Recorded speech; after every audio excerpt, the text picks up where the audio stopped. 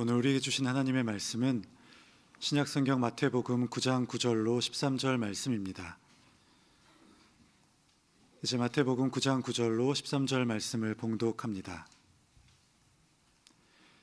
예수께서 그곳을 떠나 지나가시다가 마태라는 사람이 세관에 앉아 있는 것을 보시고 이르시되 나를 따르라 하시니 일어나 따르니라.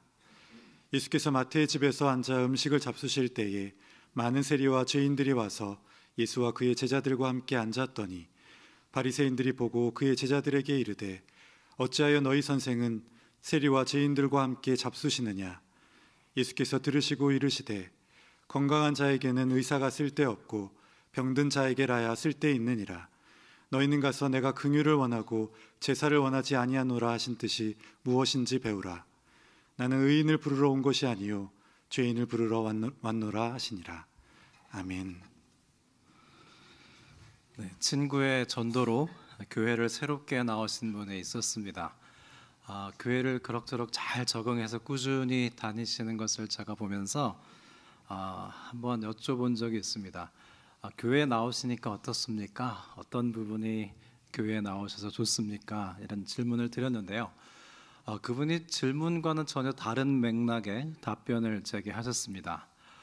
목사님, 교회는요 마치 종합병원 같더군요. 그러세요. 그래서 왜 어떤 면에서 교회가 종합병원 같이 느끼셨습니까? 라고 여쭤봤더니 교회에는 착하고 거룩한 사람들만 모여 있는 줄 알았답니다. 그런데 교회를 다녀보니까 그렇지가 않더라는 거죠.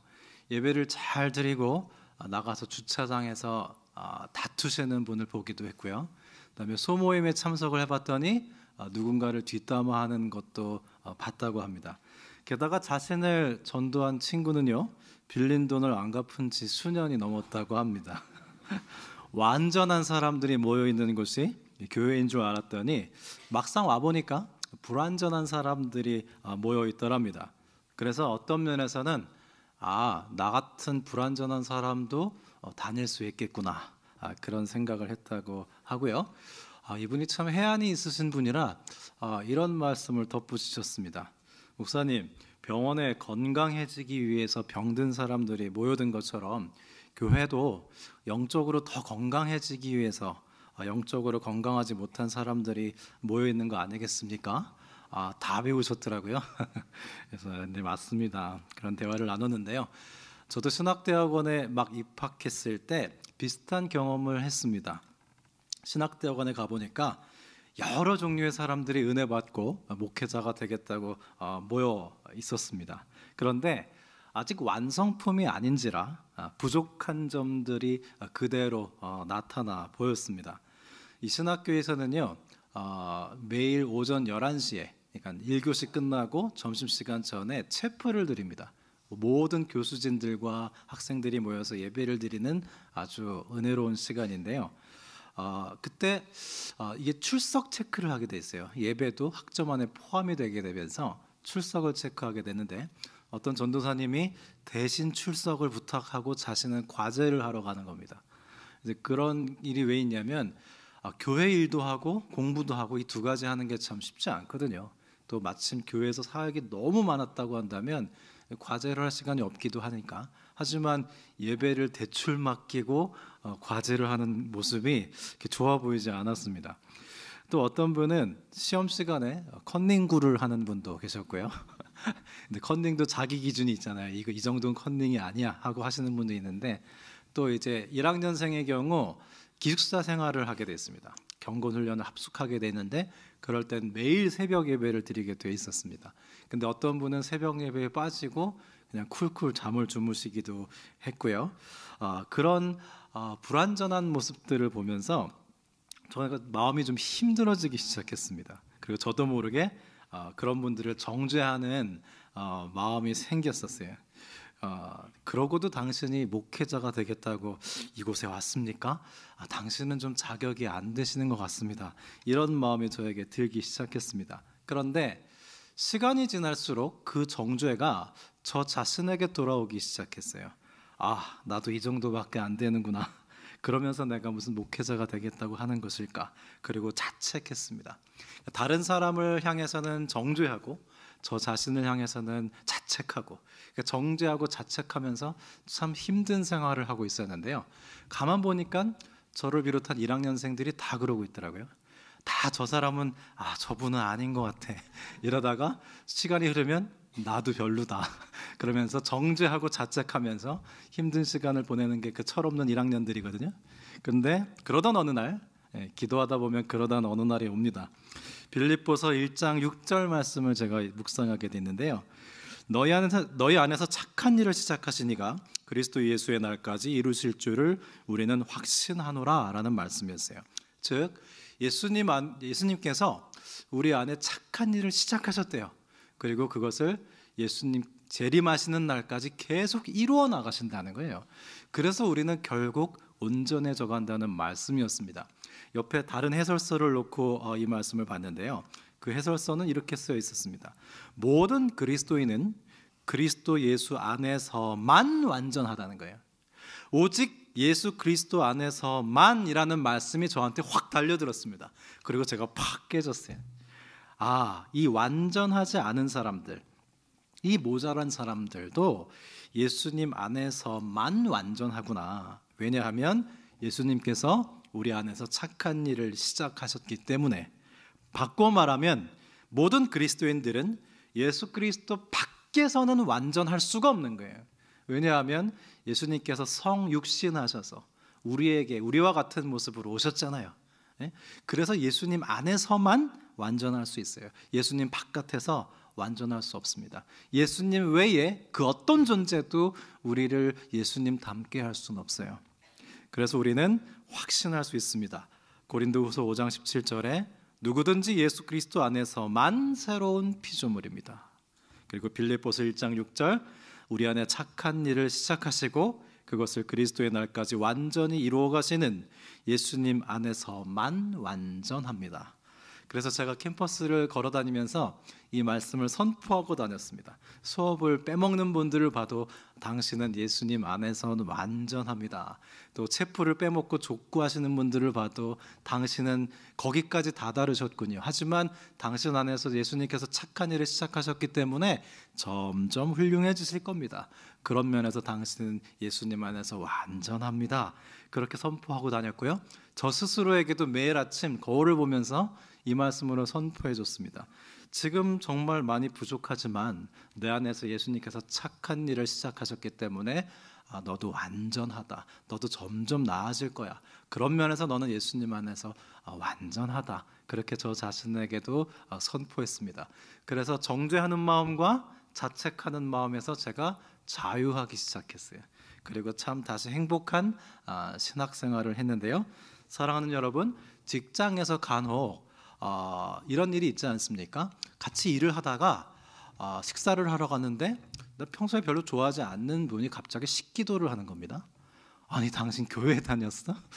나도 교회 다니는데 당신도? 그러면서 서로 놀라는 그런 일들이 있지 않습니까?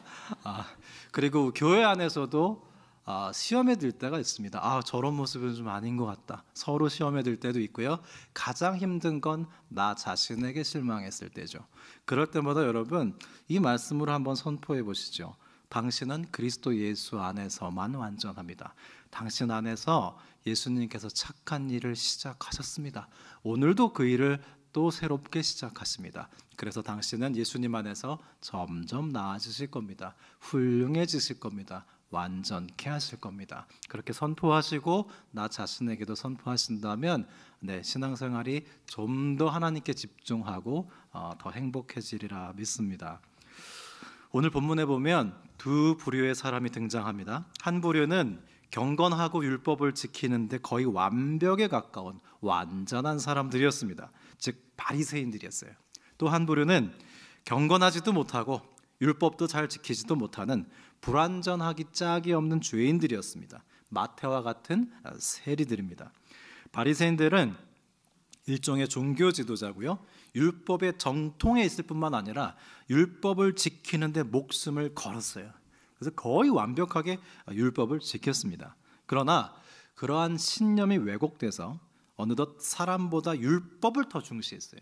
그리고 율법을 지키지 못하는 사람을 보면 율법을 잘 안내해주고 지킬 수 있도록 도와줘야 되는데 그렇지 못하고 오히려 율법을 지키지 못하는 사람들을 경멸하고 정죄했습니다. 그리고 본인들은 의롭게 여겼어요. 또한 이 바리새인들은 사람들에게 자신이 거룩하다는 것을 자랑하고 존경받기를 좋아하는 사람들이었습니다. 그래서 골방에서 기도하지 않고 사람이 많은 시장 한복판에 서서 기도했어요. 나 기도하는 것 좀 보라고, 이런 모습을 보고 존경하라고 그렇게 사람들에게 보이기 위해서 기도를 했습니다. 반면 세리들은 당시 로마의 압제하에 있던 이스라엘의 세금 징수자로 차출된 유대인들이었습니다. 우리나라 말로 하면 일제치하의 친일파 같은 사람들이에요. 친일파가 일본 사람들보다 더 밉듯이 유대인들도 자기 동족들에게 세금을 거둬들여서 로마에게 바치는 이 세리들을 아주 싫어했습니다. 이들은 정해진 액수보다 더 많은 세금을 거두어들여야만 자신의 수입을 취할 수 있었기 때문에 유대인들은 이 세리들을 거의 도적들이라고 보았습니다. 누가복음 18장에 보면 이 바리새인과 세리의 관계가 어떤지 볼 수 있는데요. 어느 날 바리새인과 세리가 성전에 올라가서 기도를 합니다. 근데 바리새인의 기도는 이렇습니다. 하나님, 제가 강도나 사기꾼이나 가늠하는 자나 저 세리와 같지 않음을 감사하나이다 그랬어요. 바리새인의 기도 속에는 저 세리와 같지 않음을 감사하는 기도가 있었습니다. 저는 일주일에 2번 금식하고요, 모든 수입의 11조를 드립니다. 이게 자기 자랑이 섞인 바리새인의 기도입니다. 한편 세리는 두 손으로 얼굴을 감싸고 고개를 들지 못한 채 가슴을 치면서 하나님이여 저를 불쌍히 여겨주소서, 저는 죄인입니다, 이렇게 기도하죠. 이게 나중에 정교회의 키르에 엘리에손이라는 기도문으로 발전을 합니다. 여러분, 예수라는 이름이 무슨 뜻인지 아십니까? 마태복음 1장 21절에 보면 예수님을 이렇게 소개합니다. 아들을 낳으리니 이름을 예수라 하라. 이는 그가 자기 백성을 그들의 죄에서 구원할 자이심이라. 즉 예수님께서는 세상에 오실 때부터 그 이름이 구원자셨습니다. 자, 그렇다면 자신을 의롭다 여기는 바리새인과 자신을 죄인이라 처절하게 인정하는 세리 중 그 누가 예수님을 구원자로 받아들이겠습니까? 스폰지가 물을 흡수하듯이 예수님을 100% 구원자로 흡수할 수 있는 사람은 스스로 의롭게 여기는 바리새인이 아니라 스스로 죄인임을 절실히 깨달은 세리들입니다. 오늘 본문을 보면 예수님께서 세리 마태를 부르고 계십니다. 그런데 이것은 당시로서는 엄청난 스캔들이었습니다.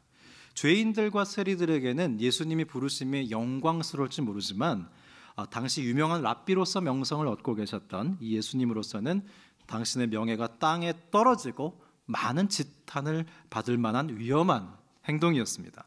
그러나 예수님께서는 당시 사람들이 완전하다고 생각하는 바리새인들로부터 제자들을 부르시지 않았습니다.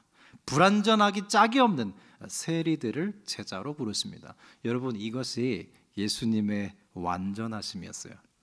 또한 그 예수님의 부르심 앞에 자격 없다고 거절하지 아니하고 스스럼 없이 응답한 세리 마태의 응답 또한 완전한 모습이었습니다. 간혹 교회에서 봉사하거나 교회 봉사에 추천할 때 성도님들이 이런 말씀을 하시는 걸 듣곤 합니다. 저는 자격이 안 됩니다.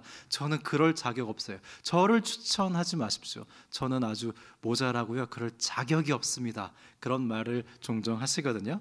근데 여러분, 하나님의 부르심 앞에서는요, 자격이라는 건 내가 취하는 게 아니에요.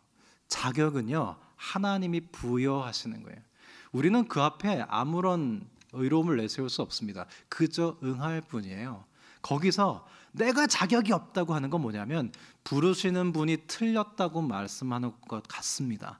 그래서 하나님이 부르실 땐 내 자신의 부족함을 바라보는 게 아니에요. 부르시는 주님만 바라보고 응하는 거예요. 지금 오늘 구절에 보면 예수님과 마태가 그렇게 부르시고 응답하고 있습니다. 오늘 구절에 보면 예수님께 부름받은 마태는 그저 일어나 따랐다고 돼 있어요.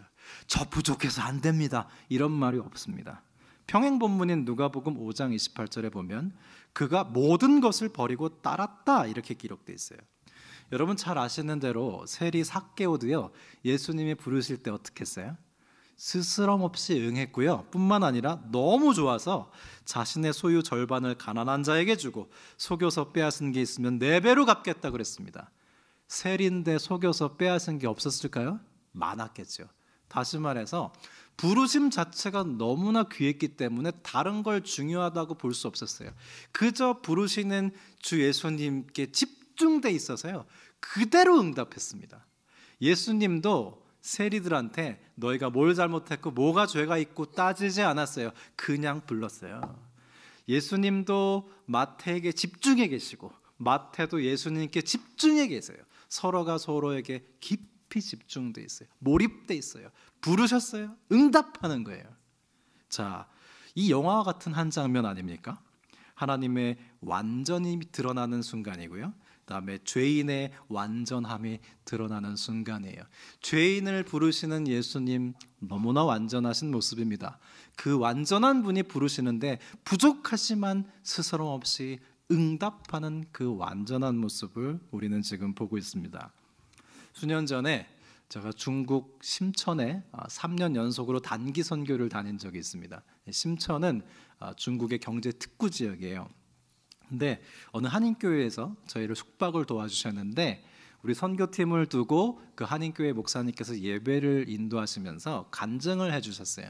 본인이 이제 선교지에 나와 있지 않습니까? 근데 선교사로 응답하기 참 어려웠답니다. 본인이 완전하지 않았기 때문에. 근데 선교 대회 같은 데 가면 옛날엔 많이 그랬어요. 선교 집회를 한 다음에 맨 끝날 때에 선교사로 헌신할 분 자리에 일어나십시오 이걸 하거든요. 근데 이분이 본인이 응답을 받았어요. 선교사로 나가야 된다는 걸. 근데 그 콜링 앞에 일어나지 않았답니다. 일어나기 싫었대요. 그리고 또 다른 선교 집회에 갔는데 거기서도 선교 집회를 마치고 자 이제 선교사로 헌신하고 싶은 분들은 자리에서 일어나 주십시오. 축복하고 기도하겠습니다 했을 때 이분이 일어날까 말까 하다가 또 안 일어났답니다. 그리고 또 그렇게 콜링에 자주 응답하는 걸 미루다가 어떤 집회에 또 갔어요. 하나님 계속 부르시는 거죠. 선교 집회에 가서 자 집회가 끝나고 선교사로 부르심에 응답할 사람 자리에서 일어나시죠. 그럴 때 이분이 엉덩이를 들썩들썩 하면서 일어날까 말까 하는데 하나님의 음성이 들렸답니다. 됐다 이 녀석아 앉아라 그러시더래요. 뭘 그렇게 생색내고 있냐. 네가 완전해서 부르는 게 아닌데 내가 완전해서 부르는 거고 내가 시킬 거고 내가 완성할 건데 뭘 그렇게 생색이냐. 네가 잘나서 부르는 줄 아냐. 그렇게 호되게 나무라는 그 마음을 확 받고 이분이 아주 회개를 하고 부르심에 응답했다는 간증입니다. 자, 소위 완전하다는 이 바리새인들은요, 예수님께 호감은 가졌어요. 제자로 헌신할 생각은 전혀 없었습니다. 그저 예수님을 이용해서 자신의 흥미를 충족하고 내가 예수님을 집에 초대했었다. 내가 그 유명한 랍비와 친구다. 그 예수님을 이용해서 자기가 높아지는 것이 바리새인이 원하는 거였어요. 예수님을 따를 생각은 전혀 없었습니다. 그들의 마음이 교만으로 가득 차 있었기 때문에 예수님께서 그들을 부르실 수가 없었어요. 물론 모든 바리새인들이 다 그랬던 것은 아닙니다. 요한복음 3장에 나오는 니고데모와 같이 경건하고 겸손한 바리새인도 있었습니다. 그러나 복음서를 보면 대다수의 바리새인들은 대단히 교만한 사람으로 묘사되곤 합니다. 왜죠? 완벽하잖아요. 완전하잖아요. 자기가 완벽하게 율법을 지켰거든요. 그게 자신의 의가 됐어요. 가난하지 않아요. 예수님으로 배부를 수 없어요. 여러분, 교만이란 일단 하나님이 없어지는 거고요. 자신을 부적절하게 높이고 남을 부적절하게 낮추는 거라 그랬죠. 하나님 사랑과 이웃 사랑을 한 번에 없애버리는 게 교만인데 그런 상태에서는 하나님 예수님의 부르심을 듣지 못합니다. 뿐만 아니라 이 교만한 사람은 누구도 사랑하고 섬기지 못하죠. 정죄하잖아요. 비판하고 판단하잖아요. 이 바리새인들은 율법은 잘 지켰는지 모르지만 율법을 지키도록 누군가를 도와주지 못했습니다. 반면 죄인들이었던 제자들은요, 많은 사람을 예수님께 인도하지 않습니까? 자, 바리새인과 죄인인 이 제자들과 누가 더 완전해 보입니까? 서울의 어느 고등학교에 실제로 있었던 일입니다. 이 학교가 해가 갈수록 대학 진학률이 떨어지는 거예요. 그래서 이 학교에 비상이 걸렸습니다. 설상가상으로 교장 선생님이 퇴임을 하셨어요. 새로운 교장 선생님이 오셨어요. 어떻게 진학률을 높일 수 있나 엄청난 과제를 초임부터 받았습니다. 이 교장 선생님이 자세히 연구를 해보니까 고3 담임 선생님들이요 다 인류대 출신이에요. 잘 배치를 했죠. 그러나 이 교장 선생님은 생각이 좀 달랐습니다. 다 명문대 인류대 출신이 고3 담임이고 이들은 또 한 번에 다 붙은 분들이에요. 가만 보니까 단번에 명문대학에 붙었던 이 고3 담임 선생님들이 애들을 잡는 겁니다. 다 자기 같은 줄 아는 거예요. 야, 이 녀석아, 그거밖에 못하냐? 난 한 번에 붙었다. 난 단 한 번에 풀었다. 이러니까 애들이 기가 죽는 거죠. 기가 죽으니까 진학률이 떨어지는구나. 이렇게 분석하고 이 교장 선생님이 어떻게 방법을 달리했냐면 고3 담임 선생님들을 다 재수 삼수 해본 분으로 교체했습니다. 그랬더니요 놀랍게도 진학률이 올라가기 시작했어요. 왜냐하면 실패해본 경력이 있는 이 선생님들이요 아이들의 길을 살리는 거예요. 얘들아, 잘 안 되냐? 한 번에 되는 게 어디냐? 인생은 원래 그런 거다. 다시 해봐라. 또 애들이 또 대학에 떨어졌어요. 떨어졌냐? 괜찮다. 난 삼수했다. 또 해봐라. 이래서 되는 거예요. 애들의 길을 살려버렸어요. 그 진학률이 높아지는 거죠. 여러분, 소위 똑똑한 엄마들이 자식들을 잘 키울 것 같은데요, 그렇지가 않습니다. 아이들이 커가는 중이잖아요. 놀고 싶다고요.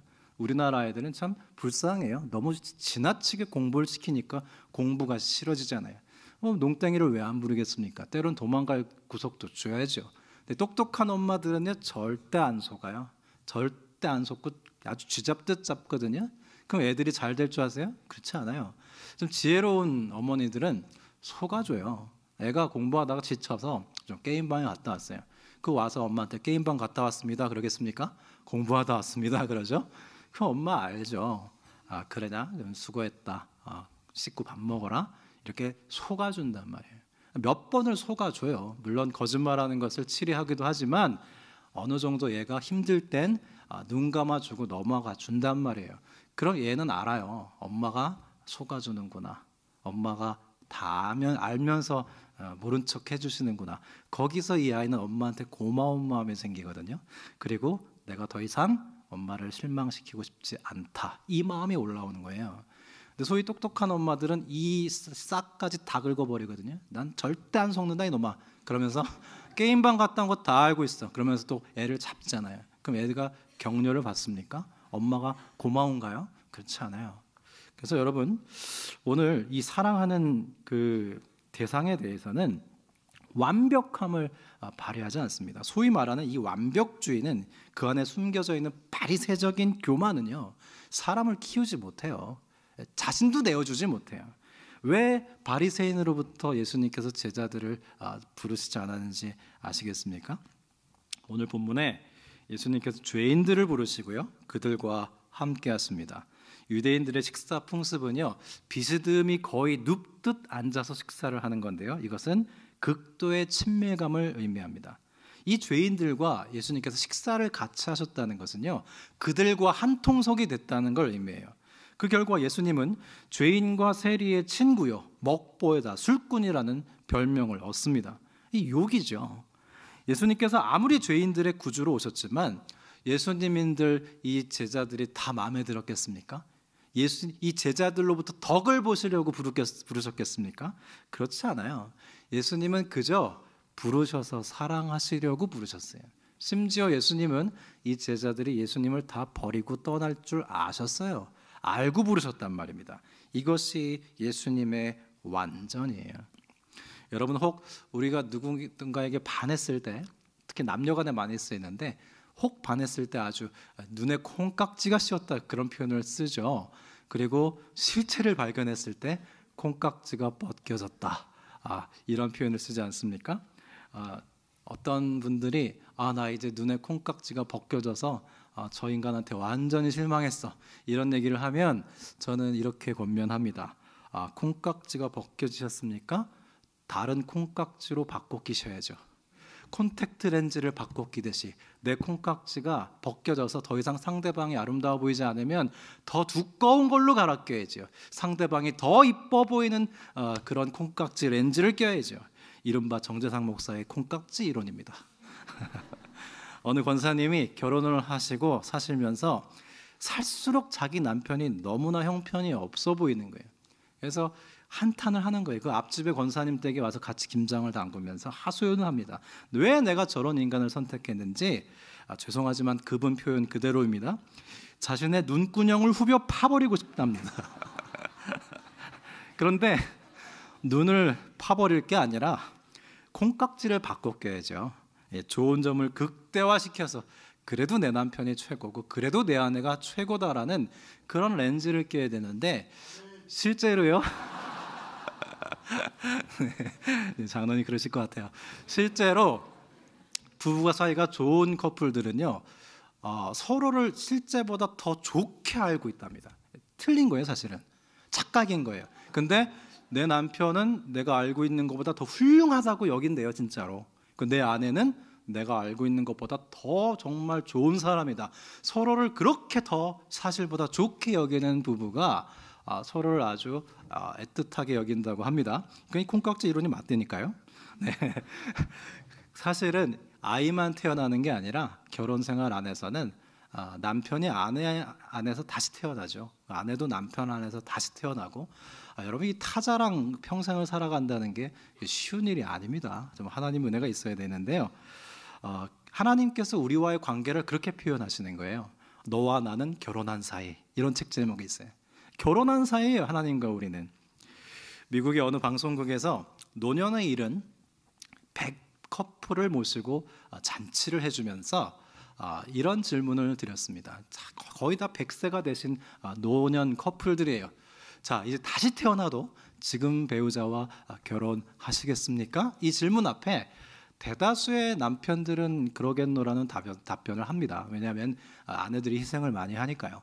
근데 아내들은요 100명 중에 99분이 절대로 이 남자랑은 다시 결혼하지 않습니다 라는 답을 했는데 중요한 건 여기 한 분이 있잖아요. 한 분이 다시 태어나도 나는 내 남편과 결혼을 하겠다는 거예요. 다들 놀라서 이목이 집중했습니다. 아니 어떤 특별한 사랑을 받았길래 그렇게 결정하시려고 합니까? 그랬더니 이분의 답변이 이래요. 그놈이 그놈인데요. 뭐 그랬었어요. 이 말인즉슨요 되게 우울하지 않으세요? 그놈이 그놈이에요. 즉 누구를 만나도 부족합니다. 완전한 사람은 없어요. 누구를 만나도 그 사람대로 다 부족할 겁니다. 뿐만 아니죠. 저도 부족합니다. 부족한 사람들이 만난 거예요. 그래서 상대방의 문제가 아니라는 거죠.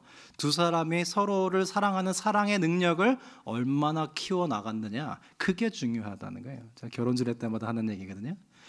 두 사람이 너 틀렸다 내가 틀렸다 하면 끝도 없어요. 해결 안 돼요. 우리 둘의 문제는 뭐냐면 너의 문제도 아니고 나도 부족하지만 우리 둘이 서로를 사랑하는 사랑의 능력이 너무 미약하다. 이 사랑의 능력을 더 키워나가자. 거기에 초점이 잡혀져야 돼요. 여러분 교회에서도 똑같습니다. 부서 간의 관계가 안 좋아요. 어떻게 해야 돼요? 누가 잘못했고 잘했는지 잘잘못을 가려서 잘못한 부서를 심판해요? 그래서는 교회는 쓰지 않습니다. 이 두 부서 간에 서로 사랑하는 사랑의 능력을 키우도록 해줘야 돼요. 그 단초를 마련해 줘야 돼요. 계기를 마련해 줘야 돼요. 교회 안에서도요. 부족한 사람, 불완전한 사람들이 모였는데 왜 안 싸우겠습니까? 싸우죠. 그랬을 때 리더는 어느 한쪽 편을 듣는 게 아니에요. 어느 한쪽 말만 들어서도 안 돼요. 양쪽 얘기를 다 들어야 됩니다. 왜냐하면 이쪽 얘기를 들으면 이쪽이 맞아요. 또 저쪽 얘기를 들으면 저쪽 얘기가 맞거든요. 그러니까 중요한 건 양쪽 얘기를 다 들어야 돼요. 그리고 그 어느 쪽도 편들면 안 돼요. 다만 어디에 초점을 줘야 되냐면 둘이 화해할 수 있는 계기와 둘이 사랑을 키워나갈 수 있는 단초를 마련해주고 그걸 키워나가도록 해줘야 돼요. 그러면 협력이 돼요. 하나가 돼요. 다르지만 함께 뜻을 같이 할 수 있다고요. 자, 죄인을 친구로 부르신 예수님의 눈에는 아주 두꺼운 콩깍지가 끼워져 있었습니다. 그 걸림돌인 베드로를 예수님은요 반석으로 보고 계셨어요 이미. 그리고 예수님을 믿는 사람들을 다 핍박해서 잡아 가두는 사도 바울을 예수님은 두꺼운 콩깍지를 끼고 보시면서 사도 바울은 이방인의 사도가 될 텐데 그렇게 바라보고 계셨습니다. 이 예수님을 정치적 지도자로 보고 야고보와 요한이 당신의 나라가 임하실 때 우리를 하나는 좌편에 하나는 우편에 앉혀달라고 하실 때도 예수님은 두꺼운 콩깍지를 끼고 야고보 이 녀석은 나를 위해서 가장 먼저 순교할 사도인데 요한 이 아이는 끝까지 살아남아서 요한계시록을 집필하고 이 아이도 끝내 끓는 가마 속에서 순교할 텐데 이렇게 봤다고요. 예수님의 제자들이 다 예수님을 버리고 도망갈 때도 예수님은 두꺼운 콩깍지를 눈에 끼고 바라보시면서 저 아이들 지금은 이렇지만 나중에는 다 나를 위해서 순교할 나의 사랑하는 제자들인데 그렇게 보셨다고요.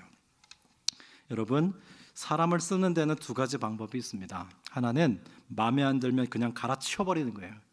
잘라버리고 아주 그냥 바꿔버려요. 또 한 가지는 고쳐서 쓰는 거예요. 여러분, 물건도요 마음에 들지 않으면 잘 보존해서 교환을 합니다. 근데 사람은요, 사람이 마음에 들지 않잖아요. 아주 못쓰게 만들어서 되돌려보내요. 나쁜 소문을 퍼뜨려요. 그게 어떻게 할 일입니까? 물건도 그렇게 하지 않습니다. 사람을 쓰는 방법은 잘라버리고 바꿔버리는 것보다도 나아질 때까지 기다려주고 고쳐주고 잘할 수 있는 걸 시키고 그 안에서 선함을 호출하는 거예요. 그 사람이 지금 못된 이유가 있어요. 그 사람을 못된 성품을 불러낸 일이 있었거든요. 그렇다면 그 안에 착함도 있을 거 아니에요.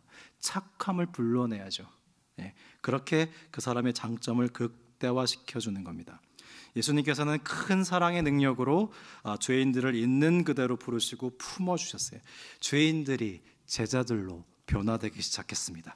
이것이 예수님의 완전이고 제자들의 완전이었습니다. 폴 싱글턴이라는 청년이 있었는데요. 그는 아주 매우 엄격한 원칙주의자였습니다.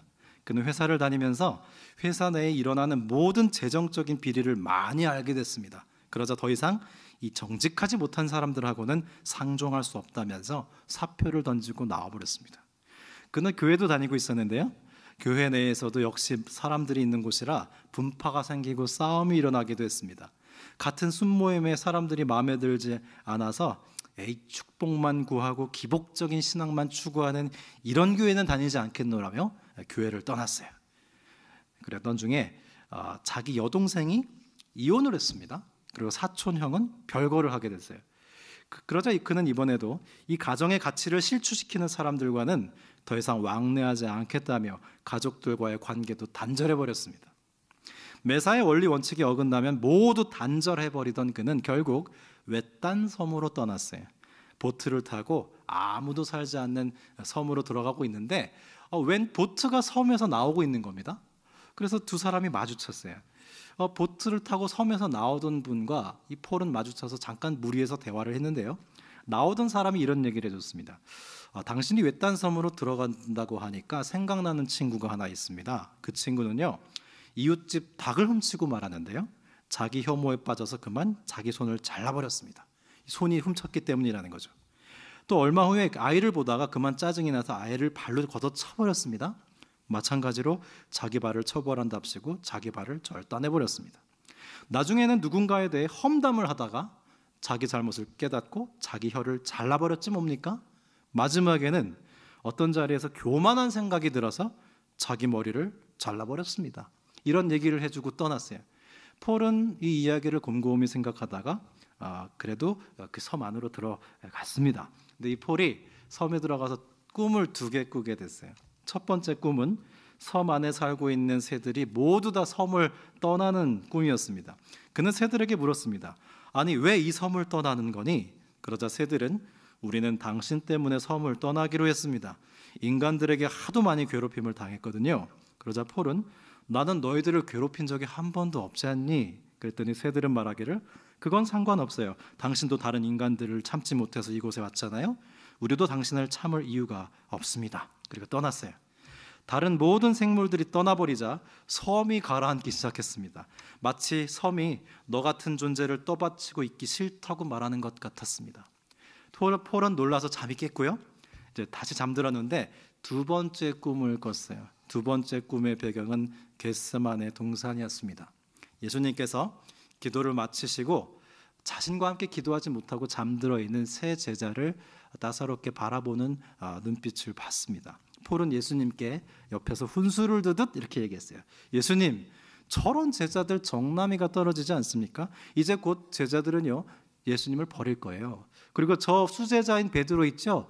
예수님을 3번이나 부인할 겁니다. 이런 부류의 인간들에게 예수님은 실패하셨어요. 이런 부류의 인간들을 위해서 그렇게 헌신하셨다니요. 예수님은 정말 모든 걸 헛수고 하셨습니다. 이렇게 타이르듯 얘기했습니다. 그러자 예수님은 폴을 보고 웃으시면서 이렇게 말씀하셨어요. 이런 부류의 인간들이라고? 폴, 나는 다른 부류의 인간이 있다는 것을 알지 못한다.